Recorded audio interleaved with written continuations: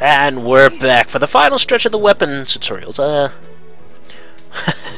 I hope I showed off the spirit attack and the whole buff effect that you get at the end of the video well enough.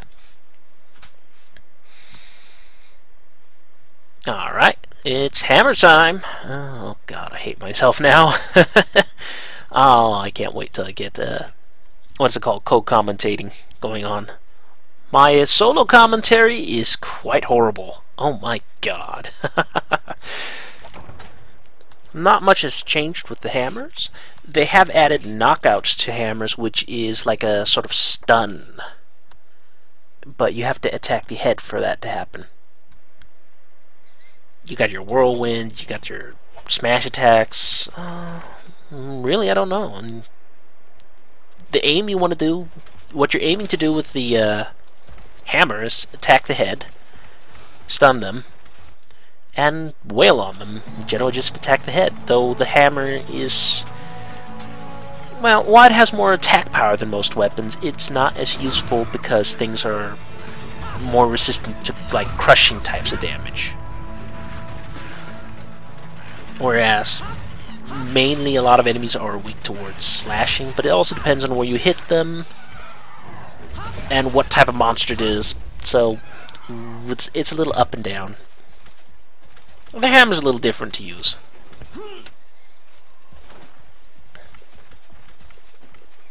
I can't really think of much to say about the hammer other than it's actually a pretty cool weapon. It's just well, there's no real changes. If there's a change to it, somebody correct me, please. But otherwise, there's not really many changes, and at this point I actually drop picking up the items from the item box.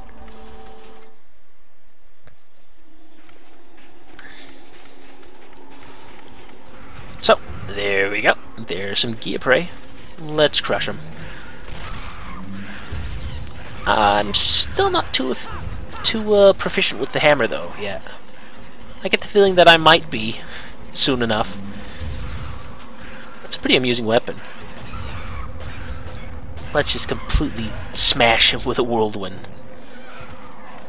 There we go. Yeah. So, let's try a few of these charge attacks while we have time for it.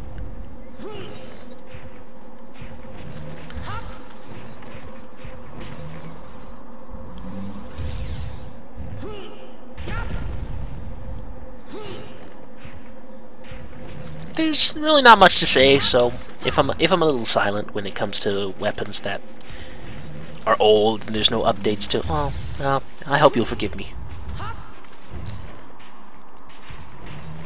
I could probably come with a bunch of horrible jokes that I'd hate myself for later on, and I'm sure you'd all love to hear me make an ass out of myself, but I'm gonna be boring. I'm gonna decide not to. I'd rather... well, for tutorial videos, I'd rather stay informative. Again, small prey like this, though, yeah, I can really recommend that you use the whirlwind. Whirlwind, not whirlwind. I'm horrible at languages. I'm horrible at speaking. Like I said, not a public speaker. Sure can't ramble on, though. Oh, well, there we go. All dead. Whirlwind to death. And he's freezing. You'll be seeing a lot of that, by the way.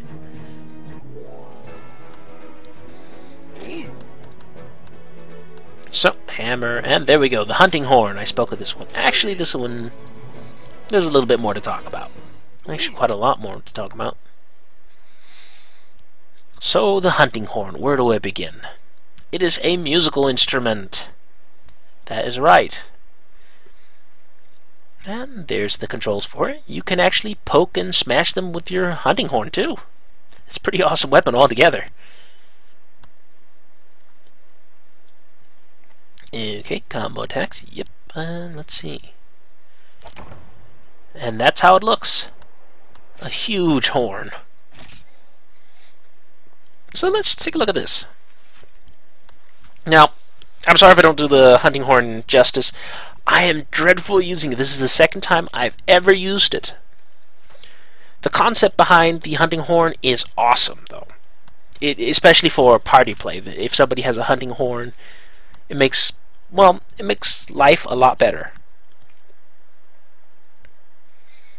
So they give you some examples on different buffs you can give people, but basically you play the hunting horn and you buff your party up as well as yourself, and then you go smashing.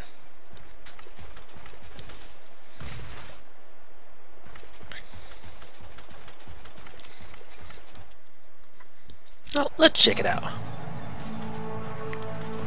There's some monsters, some victims. Excellent. And I proceed by getting myself hit. But I missed. Damn.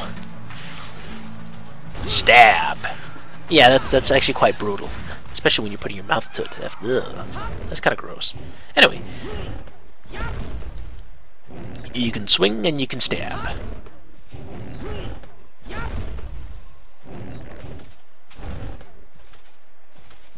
So, and as you can see, your mobility is kind of low. You can't run too fast with it, at least. Then again, I guess that makes sense considering its size. Oh well, we've tested a few swings out. Let's go kill this guy. It's actually a pretty powerful weapon, though. It might not look like it or sound like it, but it is quite powerful. And again, in multiplayer, this weapon is... Damn, I mean, this weapon's good. Oh. And I keep pushing the wrong button. There we go. Let's play some music.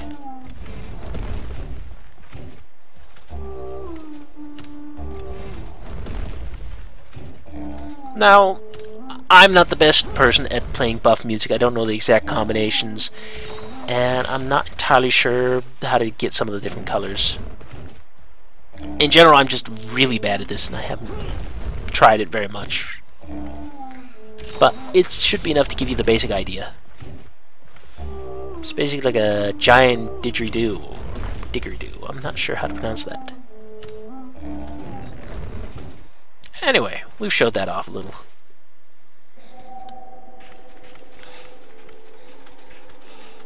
But you can give your party, I think you can give them 2 to 3 buffs. I'm not entirely sure. I think it's only 2 though. But there's some pretty damn powerful buffs out there. The ones I'm casting on myself are really bad ones, actually.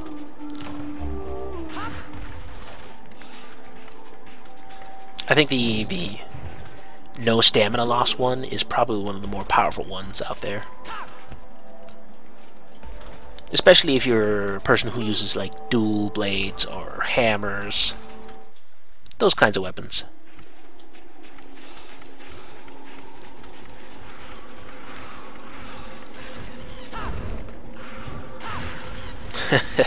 I like the sort of attack animations for, well, in general, the hammer and the hunting horn.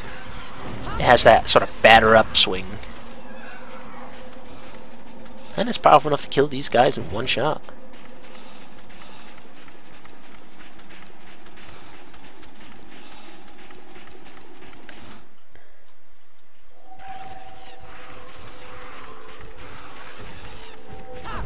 Ah, I missed. He moved. And I get them both in one shot. Oh, I did not expect that to happen. But it was a good way to end off with the tutorial here. No, I was going to dance on top of them, but they disappeared too quickly. That's another thing I don't like. Actually, the smaller prey, they disappear so quickly, so if you gotta be quick to get some cars off of them. Aw, my speed burst went off.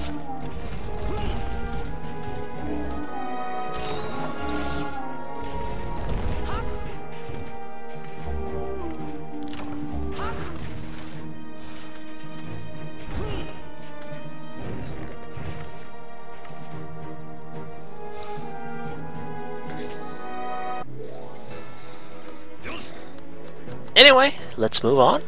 We're going to play with the lance once more.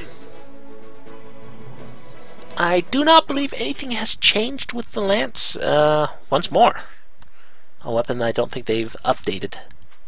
Or, well, given a new gimmick or anything like that. You pretty much do the same thing. You do thrusts, upper thrusts, charges, block behind a shield. This weapon's block being the best in the entire game, along with the gun lance, I believe. Become a human fortress! And you can pull out your... I think this is actually a new feature with Monster Hunter Freedom Unite. I'm not sure that you could pull out your shield instantly.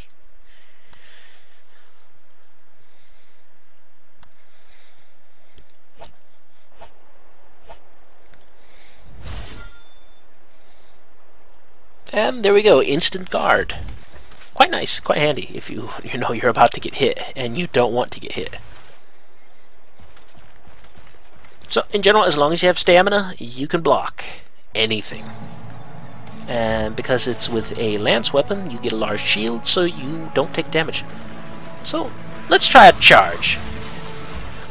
Honestly, I feel that the lance is a lot easier to use in Monster Hunter Freedom Unite than Freedom, because of the better hitboxes and hit detection. So, we're gonna kill him by good old charges. Yeah! I'm such a jerk.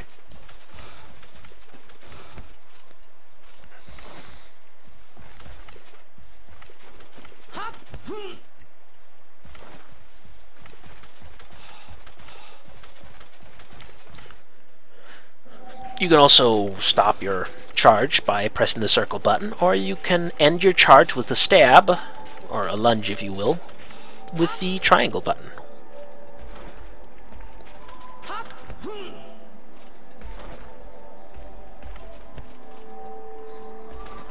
But I find it rather annoying that you have to go from area to area, that they're not kind of bunched up in one spot.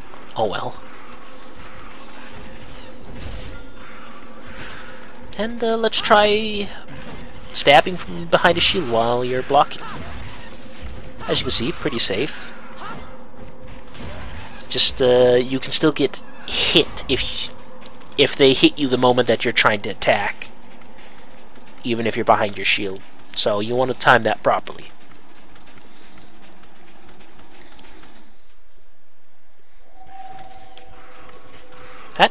Now for the final enemies.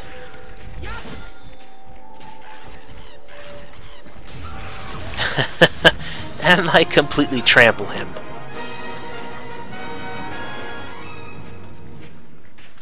And there's me trying to navigate. And there's the upward stabs and the downward stabs. Well, I guess down along. And you can chain them up to 3 attacks.